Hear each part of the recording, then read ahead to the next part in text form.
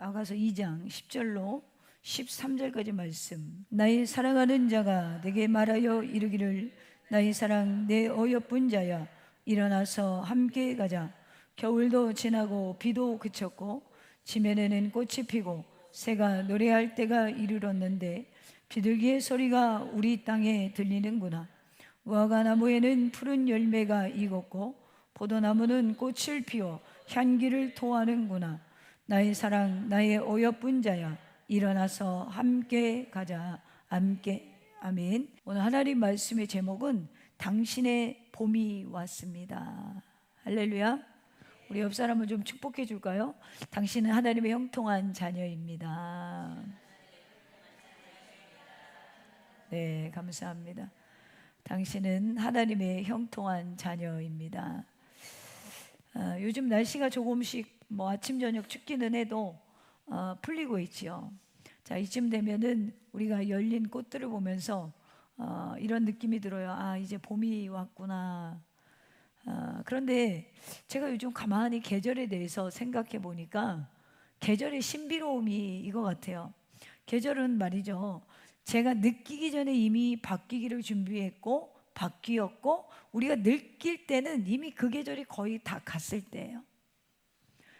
얼마 전에 제가 이제 운전하다가 이제 그 벚꽃 핀 걸 봤어요. 여의도에서 벚꽃 핀 거 이렇게 길을 가다가 봤는데 아, 꽃이 폈구나 그런 생각이 들었어요. 근데 여러분, 꽃이 핀 걸 보고 아, 봄이 왔네 이렇게 생각하잖아요. 근데 이미 그 나무는 봄이 오기를 준비했고 조금씩 바뀌어가는데 우리가 꽃이 만개했을 때야 비로소 아, 봄이 왔구나 이렇게 느낀다는 거예요. 개나리가 피는 거 벌써 졌어요. 그러니까 이게 뭐냐면 우리가 이미 자연은 봄이 오기를 준비하고 바뀌었고 근데 우리는 되게 늦게 느낀다는 거죠. 계절의 신비가 이건 것 같아요. 거의 끝자락이 돼서야 우리가 아, 봄이 왔구나 했더니 우리 이렇게 얘기하잖아요. 여름이네. 생각해보면 어느 날 갑자기 봄이 오는 것이 아니라 이미 땅도 하늘도 이미 움직이고 변하고 있었어요. 여러분, 저는 우리 인생도 이와 같다고 생각합니다. 어떤 날에는 아직도 내 마음이 여전히 겨울 같은데 하나님이 이미 다른 계절을 준비하셨고 움직이셨다라는 거예요. 내 상황은 그대로인데 이미 하나님은 봄을 준비하고 계실 때가 있다라는 것이죠. 그래서 저는 개인적으로 아가서를 좋아합니다. 이 아가서 내용은 뜨거운 남녀 간의 사랑 이야기예요. 성경에서 유일하게 남녀 간의 사랑 이야기를 하고 있어요. 그런데 여기에서 남녀 간의 사랑 이야기로 끝이는 것이 아니라 이 아가서를 보면서 아, 주님이 나를 이토록 사랑하시는구나, 이런 마음이 들어요. 저는 이 사랑 이야기를 보면서 우리 인생에도 당신의 봄이 왔습니다 라고 외치고 싶어요. 오늘 여러분의 인생에 봄이 왔습니다. 할렐루야. 오늘 본문에 그냥 넘어가지 마시고 아, 지금 내 이야기구나, 내 사랑 이야기구나, 내 사랑 이야기. 여러분, 유행가 가사 중에 제목 중에 그런 거 있잖아요. 사랑 이야기 없어요? 있었던 것 같은데. 네. 이게 내 사랑 이야기예요. 아가서는 나의 사랑, 내가 지금 하고 있는 사랑의 이야기라는 것입니다. 오늘 본문의 배경을 조금 생각해 보면 어느 날 왕인 솔로몬이 술람미 여인을 보고 반합니다. 그래서 나와 같이 가자. 선택된 자예요. 왕궁의 그 많은 아름다운 여인들 두고 밭에서 노동하는 여인을 보고 반한 거예요. 그런데 이 여인의 오빠들이 이 여인이 제대로 자기 일을 못한다고 빼돌려서 포도원에 일하러 보냅니다. 그래서 서로 만날 수 없고 떨어져 있는 어떤 그리움의 사랑 고백을 한 편의 뮤지컬처럼 기록한 내용이 아가서의 내용이에요. 그래서 아가서는 구약을 보면 율법서, 역사서, 시가서, 대선지서, 소선지서 이렇게 나누거든요. 그 중에 구약의 시가서에 속해요. 그래서 시처럼, 시편처럼, 노래처럼, 한편의 뮤지컬처럼 기록한 내용입니다. 그래서 솔로몬 왕과 그리고 술람미 여인이 주거니 받거니 하는 내용이 오늘 아가서 내용에 있습니다. 그렇다면 성경에 이렇게 유독 유일하게 남녀 간의 원색적인 사랑 이야기를 담아도 될까요? 더구나 이 사랑을 노래한 아가서, 이 유대인들이 조상 대대로 지켜오는 유월절에 낭독되는 성경 시 중에 하나예요. 더군다나 더 의구심이 생기는 거죠. 이거 그냥 해도 될까? 이 내용을 쭉 보면, 여러분이 아가서를 안 읽었으면 이제 이게 얼마나 얼굴이 뜨뜻해지는 내용인지를 모르는데, 아가서를 읽으면 얼굴이 뜨뜻해져요. 민망한 얘기가 많거든요. 상상력을 막 동원하고. 그런데 왜 이 이야기가 성경에 기록되어져 있을까? 실제로 아가서 내용에 하나님이라는 단어도 등장하지 않고, 내용도 정경으로 인정되기 어려워서 정경으로 인정받기 때 수많은 논란이 있었던 성경이에요. 그러나 아가서가 성경 정경 66권에 있는 이유는 바로 이 쓴 목적이 뭐냐? 오늘 솔로몬과 술람미 여인의 사랑을 통해서 아담과 하와를 창조하신 하나님께서 남녀 간의 사랑을 넘어서, 더 나아가서 하나님과 성도 간의 사랑을 남녀 간의 사랑으로 비유하고 있다라는 것입니다. 그래서 아가서는 겉으로 보면 남녀의 사랑 이야기지만, 그러나 성경 전체 흐름을 보면 하나님과 그의 백성의 사랑, 그리스도와 교회 관계 안에 사랑을 볼 수 있습니다. 그러니까 나의 사랑 이야기예요. 할렐루야. 그러므로 오늘 본문에서 들려오는 이 음성은 단순한 연인의 초대가 아니라 하나님이 우리를 향해 부르시는 음성으로 들을 수 있기를 주님의 이름으로 축원합니다.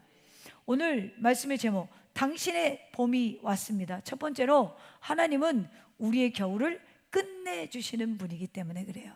할렐루야. 겨울을 끝내시는 분. 11절 보겠습니다. 겨울도 지나고 비도 그쳤고. 여기서 말하는 겨울은 단순한 계절이 아니에요. 여기 겨울은 비와 추위와 계속되는 침체기 상황을 말합니다. 겨울에 아무것도 자라지 않는 멈춤의 시간, 기다려도 변화가 없는 시간, 마음이 얼어붙는 시간. 여러분, 이스라엘의 겨울비는 농사에 필요한 비였어요. 근데 너무 길어지면 반대로 고통의 비가 됩니다. 비 때문에 이동할 수 없고 농사가 멈추고 활동이 제한됐기 때문에 그래요. 그래서 모든 것이 멈춘다. 여기 지금 겨울이 지났고 비도 그쳤고 이렇게 돼 있잖아요. 여기서 지나고, 그리고 여기 비도 그쳤고, 이 비라는 게 괘심이라는 단어를 썼어요, 히브리어로. 이 괘심은 계속 강하게 내리는 비예요. 잠깐 왔다가 멈추는 비가 아니에요. 봄비는 여러분 잠깐 왔다 멈추잖아요. 왜 그래요? 땅을 적시고 식물이 자라게 하기 위해서 그래요. 근데 이 봄에 여러분 장맛비처럼 내린다고 생각해 보세요. 대한민국은 봄에 농사비가 와야 되니까. 그럼 어떻게 될까요? 농사를 망치죠. 씨를 심었는데 그게 그냥 불어서 혹은 파져서 없어져 버린단 말이에요. 열매 맺는 게 많지 않아요. 그러니까 이스라엘의 지형적으로 겨울비는 농사에 필요한 비였지만, 이 괘심, 강하게 계속 내리는 비는 오히려 고통이었다라는 거예요. 근데 이 겨울도 지났고 비도 그쳤다. 멈춤의 시간, 강하게 우리를 괴롭히던 시간이 지나갔고 멈췄다. 그래서 여기 지나가, 이 단어를 아바르라는 단어를 썼는데, 이게 뭐냐면 지나가다라는 의미도 있지만 통과했다라는 의미가 커요. 그러니까 겨울도 통과했고 비도 통과한 상태라는 거죠. 봄으로 가기 위한 겨울은 통과해야 되는 시간이라는 거예요. 여러분, 우리는요 아직도 피부 체감 온도가 겨울이에요. 경제 상황이 풀리지 않았고, 또 우리의 삶이 좀 넉넉하지 않고 어렵고, 어떤 사람은 질병 가운데 아직도 앉아있고, 어떤 사람은 지금 여러분 중에 예배 드리면서 지금의 시간이 겨울 같은 분이 있을 수도 있어요. 멈추지 않는 눈물, 계속되는 고통, 반복되는 상황. 그런데 하나님이 그쳤다라고 말하는 거예요. 여러분, 이것은 우리의 체감 온도가 변했다라는 게 아니라 하나님의 선언입니다. 우리는 아직 비를 맞고 있는 것 같은데 하나님은 그친 것을 바라보고 계세요. 그쳤다라고 이야기하세요. 그리고 그 그쳤다라는 것에 시선을 두는 것이 우리의 믿음이라는 것이죠. 여러분, 왜 그러냐면 이 왕이 사랑하는, 솔로몬이 사랑하는 여인은 1장 5절 한번 볼까요? 1장 5절에 보면 예루살렘 딸들아 내가 비록 거무나 아름다우니 계달의 장막 같을지라도 솔로몬의 휘장과도 같구나. 6절에 보면 내가 햇볕에 쬐어서 거무스름할지라도 흘겨보지 말 것은 내 어머니의 아들들이 나에게 놓아여 포도원지기로 삼았음이라. 나의 포도원을 내가 지키지 못하였구나. 자, 이 사람 지금 출신이 좋은 것 같아요? 나쁜 것 같아요? 나쁘죠. 어떤 학자들은 노예였을 가능성이 있다, 팔려왔다. 어떤 사람들은 극함으로 가는 사람, 뭐 흑인이었다, 뭐 이런 사람들도 있거든요. 어떤 사람, 근데 적어도 우리가 이 본문에 그냥 이렇게 추론해 보면 이 사람은 가족들에게 쫓겨나서 포도원지기가 된 사람이에요. 그래서 굉장히 인생이 공고하고 정말 자기 피부가 게다라 장막 같고, 그리고 햇볕에 치여서 거무스름하게 되었다. 그러니까 이 여인이 이 예루살렘 도시, 솔로몬의 도시에 와서 보니까 자기가 외모적으로, 환경적으로, 사회적으로 굉장히 뒤떨어지는 존재라는 거예요. 우리는 결혼식에 이제 저도 자주 가지만 가서 뭐 예를 들어 신부 쪽이다, 뭐 신랑 쪽이다 그러면 신부는 뭐 하는 집이래? 신랑은 뭐 하는 집이래? 아우 격이 안 맞는다. 우리 이런 소리 잘하잖아요, 그죠? 우리 교인들은 안 하시죠? 할렐루야. 격이 안 맞는 게 어디 있어? 이 술람 여인이랑 이 솔로몬도 사랑을 하는데 격이 안 맞는 거 없어요.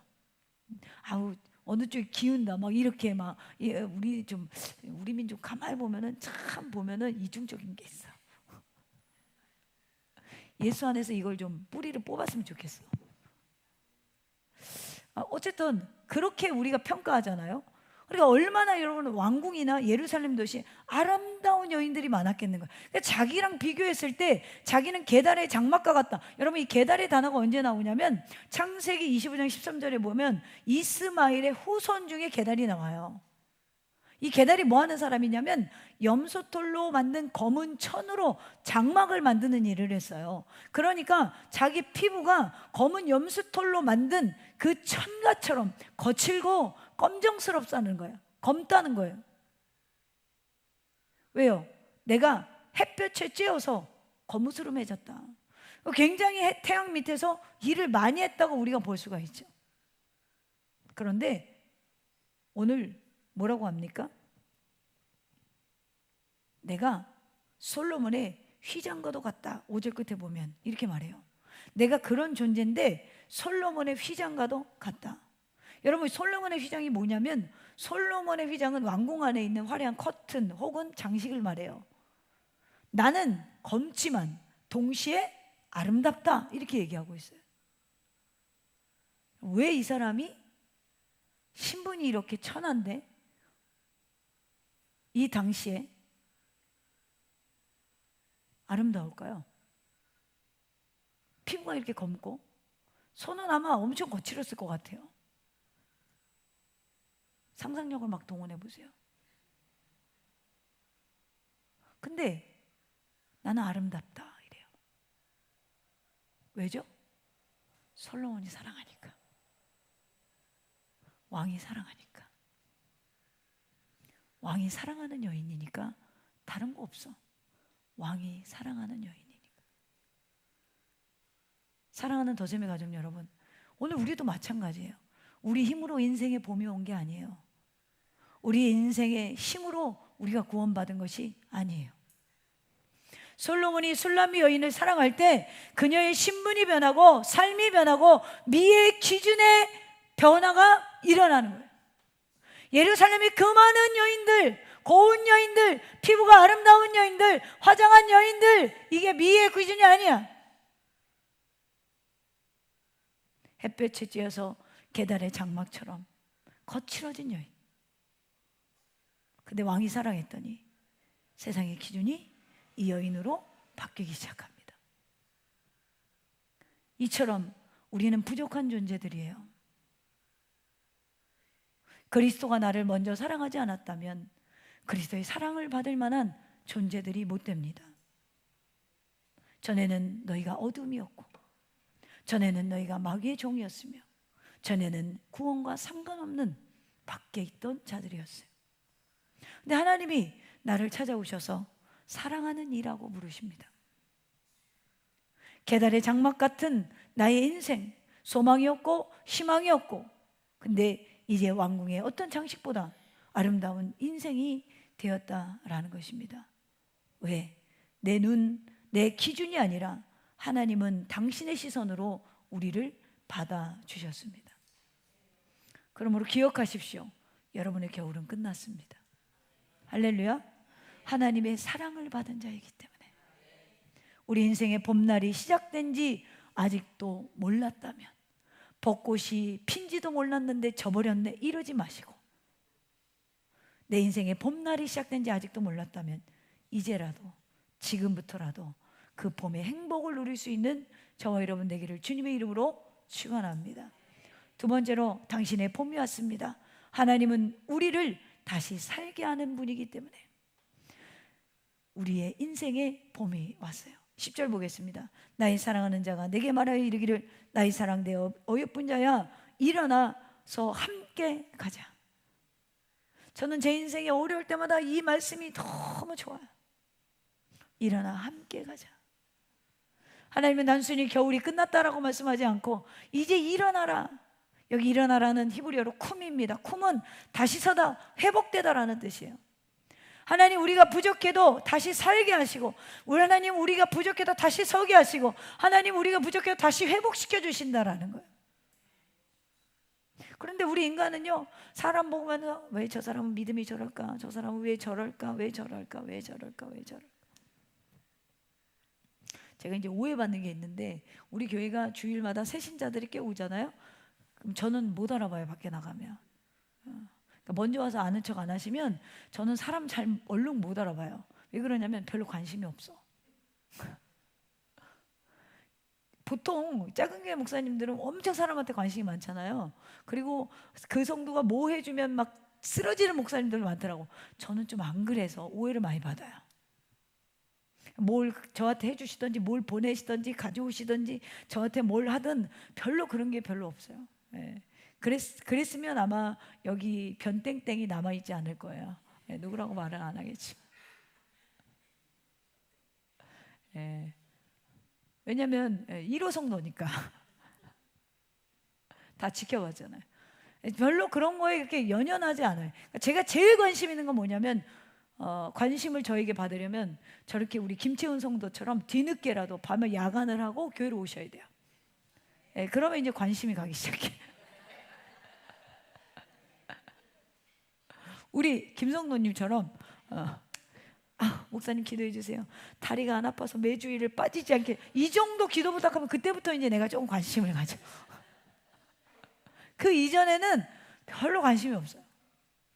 무슨 선물, 헌금 뭐 이런 걸로 제 관심을 별로 못 받아요.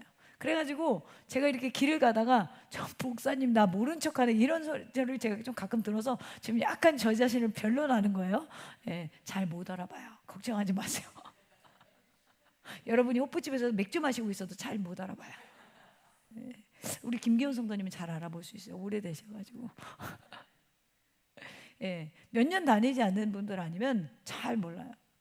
그리고 저는 특이한 목사예요. 멀리서 성도가 진짜 알아봤다 그러면 좀 피합니다. 예, 그러니까 너무 그렇게 저한테 이렇게 관심을 안 두시네. 그게 아니라 원래 성격이 조금 그래요. 그래서 보편적으로 작은 교회 가서 목사님들이 좀 사랑이 많고, 사랑이 없는 건 아니에요. 제가 사랑하는 표현은 말씀을 연구해서 바르게 전하는 게 저는 교인을 사랑한다라고 생각하거든요. 그러니까 좀 양해를 구합니다. 가끔 여러분들을 보고 모른 척하는 게 아니고 못 알아볼 수 있어요. 자 이렇게 제가 좀 왜 이야기했냐면, 사람은 자기 기준으로 사람을 판단해. 자기는 막 인사하거든. 근데 김광희 목사 지나갈 때 인사 안 하네? 저 사람 이상하다, 인성이 나쁘다. 그게 아니라 그냥 그 사람의 그 존중 자체 그 자기 생긴 게 그 모양인 것이죠 뭐. 근데 여러분, 우리가 주님은 우리 인간의 판단으로 우리를 보지 않는다는 거예요. 주님은 사실은요, 우리한테 야, 넌 왜 이렇게 믿음이 그러냐, 왜 그렇게 믿음이 약하냐, 이런 질문 잘 안 하세요. 오늘도 왔구나, 견디고 왔구나, 밤새 일하고 왔구나, 주님 이거 보는 거예요. 근데 우리는 어때요? 교회에 저렇게 늦게 와야 돼? 들어올 때 조용히 들어와야지. 우리 그래요, 안 그래요? 예배드리다 저렇게 일어나서 나가서 자꾸 물 떠와야 돼? 우리 이런 생각 많이 하잖아요. 우리 교회는 여기가 커피숍인 줄 알아. 커피 떨어지면 나가서 또 커피 받아. 근데 그러지 않는 사람들이 봤을 때 왜 저럴까? 우리는 이런 것들로 사람을 판단하잖아요. 근데 하나님은 이런 기준으로 보지 않는다는 거예요. 하나님은 우리 보고 뭐라고 그러냐면 내 사랑하는 자야. 내 사랑하는 자야. 사랑한다는 거예요. 예배 시간에 여러분 화장실 20번 가면 어떻습니까? 여러분 예배 시간에 커피 10번 받아 먹으면 어때요? 여러분 예배 시간에 저 창밖만 보다 가면 어때요? 주님이 그 사람을 사랑하는데, 주님이 그 사람을 사랑하는데, 하나님은 본문을 보면 우리를 상태 조건으로 보지 않으세요. 관계로 엮으셨어요. 무슨 관계? 사랑하는 사이, 사랑받는 사이. 우린 누구의 사랑을 받는다? 자, 일부 땐 틀렸어요. 일부 성도들은, 일부에 참여한 사람 대답하지 말고 예수 그리스도가 이 땅에 왜 오셨죠? 응? 일부에 안 나왔잖아. 그래서 물어보는 거야. 예수 그리스도 이 땅에 왜 오셨어요? 에? 영광 받으려? 아주 다 대답을 잘하더라고. 일부 때는 이런 대답이 나왔어요. 우리를 사랑해서 죽어주시기 위해서, 다시 살리시기 위해서, 영광 받으시기 위해서. 다 맞아요. 근데 조금, 그건 80점짜리 100점짜리 대답은 뭘까요? 예수 그리스도는 여러분과 살기 위해서 오셨어요. 여러분과 함께 하기 위해서 오셨다는 거예요. 여러분과 함께 일어나 함께 가자. 그 인생의 고통, 그 인생의 외로움 속에서, 그 인생의 고난 속에서 나와 함께 가자. 죄가 죄인지도 모르고 내가 지옥으로 쾌속선을 타고 지금 질주하는지도 모르고 있는 우리 인생에 주님이 찾아오셔서 일어나, 그 자리에 일어나. 죄의 자리에서, 환난의 자리에서, 고통의 자리에서 일어나 나와 함께 가자. 함께 할 수 있는 조건은 사랑밖에 없어요, 여러분. 그래서 2장 전체 중에 8절에서 17절 가운데 무려 5번이나 내 사랑하는 자, 내 사랑하는 자요. 그 대표가 10절인 거예요. 나의 사랑하는 자가 내게 말하 이르되 나의 사랑, 내 어여쁜 자여 일어나 함께 가자. 생각해 보세요. 지금 신분을 초월해서 솔로몬 왕이 이 사랑하는 여인에게 일어나 함께 가자 초청하고 있어요. 궁으로 초청해요. 너도 이 거칠어진 손, 햇볕에 그을린 피부, 인생의 고난함이 한꺼번에 바뀌어지는 거예요. 신분의 변화가 왔어요. 일어나라, 함께 가자. 오늘의 사람들을 만나보면 혼자 견디고 혼자 고민하고 혼자 무너지는 사람들이 너무 많아요. 특히 현대에 가장 문제되는 질병 중 하나는 육체 질병이 아니에요. 정신적인 질병이에요. 내가 이렇게 보니까 정상인이 별로 없어. 정상적으로 사고를 갖고 사는 사람들이 별로 없어. 자기가 우울증에 걸렸는지, 지금 영적인 질병에 걸렸는지, 정적인 문제가 있는지 몰라요.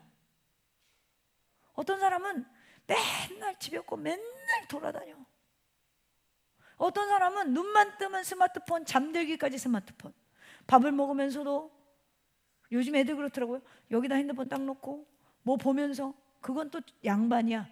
한 손으로 게임하면서 밥 먹고 차 마시고 음료수 마시고 자기 배에 지금 뭐가 들어가는지도 몰라. 이런 아이들이 진짜 많아요, 여러분. 성인이 돼서 못 견디겠는 거야. 막 돌아다녀. 오늘은 영종, 오늘은 청라, 내일은 송도. 이것도 답답해. 난 여기에 있을 사람이 아니야. 더 넓혀보자. 내일은 가평, 오늘은 부산. 이것도 답답해. 인천공항 사는데 오늘은 태국, 다음 달에는 미국, 그 다음 달에는 어디 가실래요?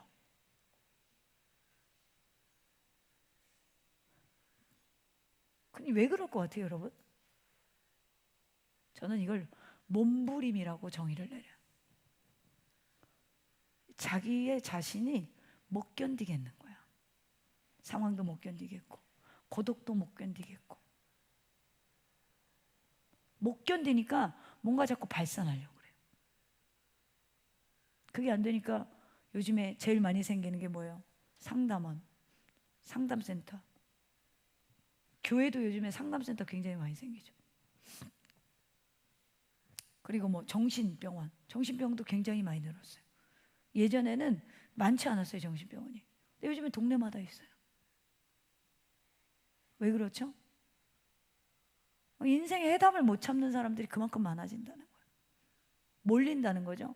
자영업은 여러분, 돈이 되는 곳은 많이 생깁니다. 돈이 된다는 건 그만큼 사람이 몰린다는 거예요. 이렇게 혼자 견디고 혼자 고민하고 혼자 무너지는 사람들, 그 인생에 주님이 우리를 먼저 찾아오셨어요. 제가 심리학을 들어보고 상담학자들의 이야기를 들어봐도 그들은 결론을 못 내리더라고요.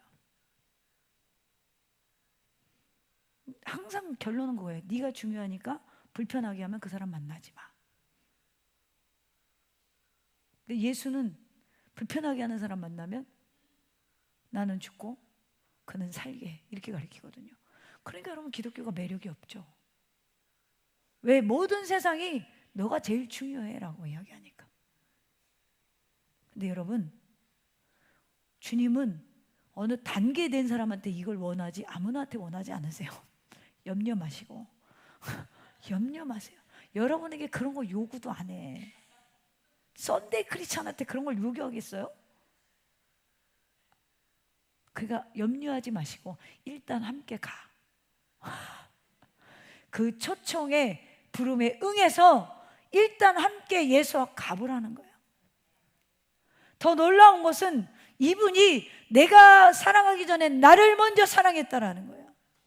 너는 내 사랑이다.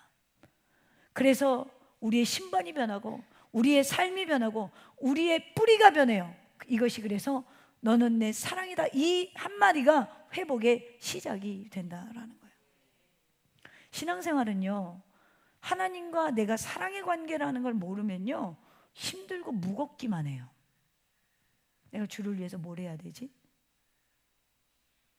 작은 교회 오면 할 일이 많고 드러나는데 어떻게 하지? 나는 한 달에 한 번씩 놀러 다니고 등산 다녀야 되는데 작은 교회 오니까 등산 갈 때마다 걸리고 놀러 갈 때마다 걸리고 다음날 그 전날 술 먹었나 안 먹었나 걸리고 이거 불편해서 못 오겠다는 거죠. 여러분, 생각보다 그렇게 다른 사람한테 관심 없습니다. 염려하지 마세요. 이게 왜 이런 생각이 드냐면 하나님과 나의 관계를 모르는 거야. 우리는 대부분 하나님에 대해서 제가 한국교회 성도들을 만나보면 부분적이지만 저는 이제 3대째 예수 믿는 집이고 2대째 목회하는 집안이잖아요. 그러면은 여러분보다는 훨씬 더 한국교회 성도들을 많이 만나봤을 것이고 밖에서도 많은 사람들을 만납니다. 근데 딱 두 종류예요. 하나는 뭐냐면 하나님을 사랑의 존재로 생각하기보다는 나의 요청을 들어주는 대상으로 생각해요. 내가 이러이러하니까 이걸 채워주는 분, 이렇게 하나님을 생각하는 사람이 가장 비중이 많습니다. 그리고 또 한 부류는 뭐냐면 주님이 나를 살리셨으니까 이걸 갚으려고 하는 사람들이 있어. 그러니까 또 무거워. 어떻게 갚어? 갚을 수가 없어. 갚아야 되는데 자기 삶을 보면 죄인이거든요. 그러니까 이게 뭐냐면 짓눌려, 무게. 내가 하나님의 은혜에 뭐라도 해야 되는데 내가 할 수 있는 게 없어. 그러니까 맨날 또 무거워. 그래서 무거운 짐을 맨날 지고 다녀. 이런 사람들이 많아요. 여러분, 하나님은요 나와 사랑할 때 조건부가 없으세요. 그걸 아셔야 돼요. 이 제자들이 끝까지 예수님 배신할 때 성경에서 뭐라고 그러냐면 끝까지 사랑하시느니라 그래요. 예수님의 제자들은 끝까지 배신하는데 예수님은 끝까지 사랑하세요. 이게 예수님이 우리를 사랑할 때의 방식이에요. 그리고 그 사랑 안에 임하는 축복이 무엇입니까? 12절 보겠습니다. 지면에는 꽃이 피고 새가 노래할 때가 이르렀는데 비둘기의 소리가 우리 땅에 들리는구나. 13절에 무화과 나무에는 푸른 열매가 익었고 포도나무에는 꽃을 피워 향기를 토하는구나. 나의 사랑 나의 어여쁜 자여 일어나서 함께 가자. 이 두 절이 다 봄을 이야기하는 거예요. 그래서 오늘 제목이 당신의 봄이 왔습니다.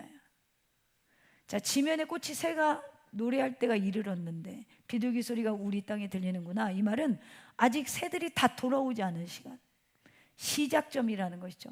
우리가 철새가 돌아올 때 하나 돌아오지 한꺼번에 돌아오지 않거든요. 그런 느낌. 그리고 어느 날 13절에 보면 무화과 나무에 무슨 열매가 있어요? 열매가 있긴 있는데 열매가 있다라는 건 생명이 있다라는 거잖아요. 살아있다라는 거잖아요. 근데 그 열매 색이 어때요? 푸른 열매. 원래 여러분 무화과 익으면 어떤 색이죠? 자주색빛이 뜨죠. 근데 이 열매는 푸르대요. 그럼 뭐예요? 아직 먹을 수 없는 상태, 상품이 아직 안 된 상태. 그리고 포도나무는 열매가 있대요, 없대요? 아직 없어요. 근데 열매 전에 피우는 게 뭐죠? 나무가? 꽃이에요. 저보다 잘하시잖아요. 전 꽃 안 좋아합니다.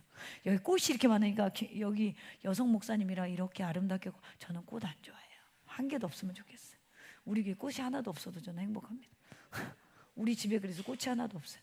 자, 여러분이 더 잘 알아. 꽃이 피고 지면 뭐가 피죠? 열매가. 저는 그러니까 오직 관심 있는 건 신앙이에요. 말씀이라. 다른 건 별로 관심이 없어요. 자, 꽃이 피어 향기를 토하는구나. 뭐예요? 열매가 곧 피게 된 상태.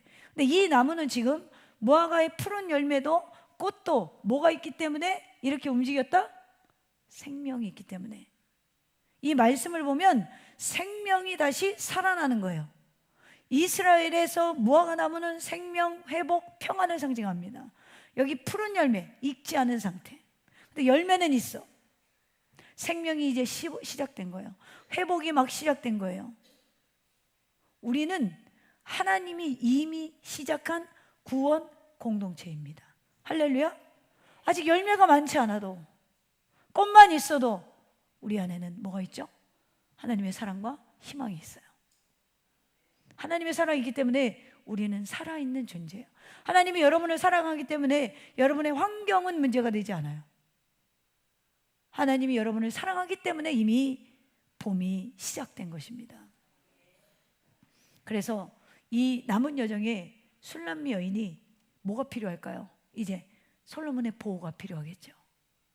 그래서 솔로몬이 보호자 되어주듯이 우리 인생에 성부가 여러분을 사랑하여 택하셨고, 성자가 예수 그리스도가 함께 하려고 이 땅에 오셨고, 성령의 유한 역사로 성령의 성도의 견인 여러분을 보호하고 계십니다. 바로 이 하나님, 성부와 성자와 성령의 역할적인 하나님을 온전히 아는 사람은 어떤 상황에도 평강을, 회복을, 행복을 놓치지 않아요. 찬송가 413장에 보면 이런 가사가 있어요. 내 평생에 가는 길 순탄하여 늘 잔잔한 강 같든지 큰 풍파로 무섭고 어렵든지 나의 영혼은 평안하다. 내 영혼 평안해, 평안해. 아멘 하셨어요? 이 찬송가를 쓴 사람이 호레이쇼 스페포드라는 사람이에요. 호레이쇼 스페포드는 사업의 실패를 겪었습니다. 경제적으로 큰 어려움을 겪었어요. 아멘한 거 막 후회하는 건 아니죠 지금. 그런데 그게 끝이 아니었어요. 그의 아내와 4명의 딸이 타고 가던 배가 대서양에서 침몰했습니다. 4딸이 모두 목숨을 잃었어요. 그 소식을 듣고 배를 타고 그 바다로 나아갑니다. 사건 현장으로 갔어요. 그리고 그 딸들이 이쯤 여기에서 배가 침몰되고 빠졌을 겁니다 라는 이야기를 듣게 되었을 때 내 평생에 가는 길 순탄하여 늘 잔잔한 강 같든지 큰 풍파로 무섭고 어렵든지 나의 영혼은 평안하다. 이때 나온 찬양의 가사예요. 쉽게 하면 할 수 없는 가사입니다. 여러분, 이 고백은 이 호레이쇼 스페포드라는 사람의 상황이 좋아져서 나온 게 아니죠. 삶은 여전히 겨울이었고 삶은 여전히 눈물의 자리였습니다. 그런데도 그 안에 있는 생명은 나의 영혼 평안해, 평안해. 성도 여러분, 우리가 붙잡아야 할 것이 있어요. 봄은 상황을 보고 알 수 있는 것이 아니라 마치 추운 겨울 생명력이 있는 씨앗은 겨울 내내 싹이 땅을 뚫고 나올 준비를 하고 집중하고 있는 것처럼 우리 인생의 봄도 하나님이 내 안에 시작하고 있는 것이고 이미 시작되었다라는 거예요. 그 믿음으로 호레이쇼 스페포드처럼 인생의 겨울 같을지라도 내 안에 봄을 시작하신 그 하나님을 믿음으로 오늘 행복을 회복하시기를 바랍니다. 사랑하는 도심의 가족 여러분, 아직도 혼자라고 느끼십니까? 아직도 겨울 같으십니까? 괜찮아요. 봄은 느끼기 전에 시작되고 있습니다. 오늘 우리에게 큰 결단이 없어도 오늘 내미시는 그 예수님의 손, 내 어여쁜 자야 일어나 함께 가자. 나와 살기 위해서, 나를 다시 살리시기 위해서 이 땅에 오신 예수 그리스도의 손잡고 여러분의 봄을 누리시기를 주님의 이름으로 축원합니다.